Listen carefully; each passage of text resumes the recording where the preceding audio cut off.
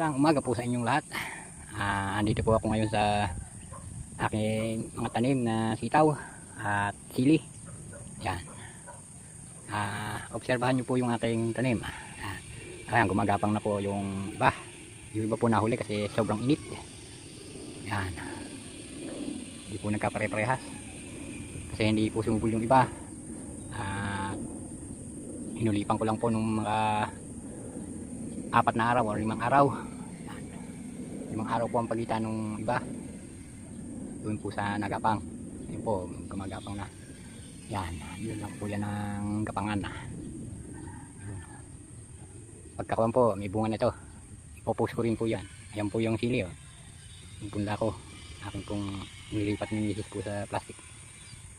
At yung iba po, itinanim ko rito. Yan, pagkaani po ng sitaw, sili naman. Thank you.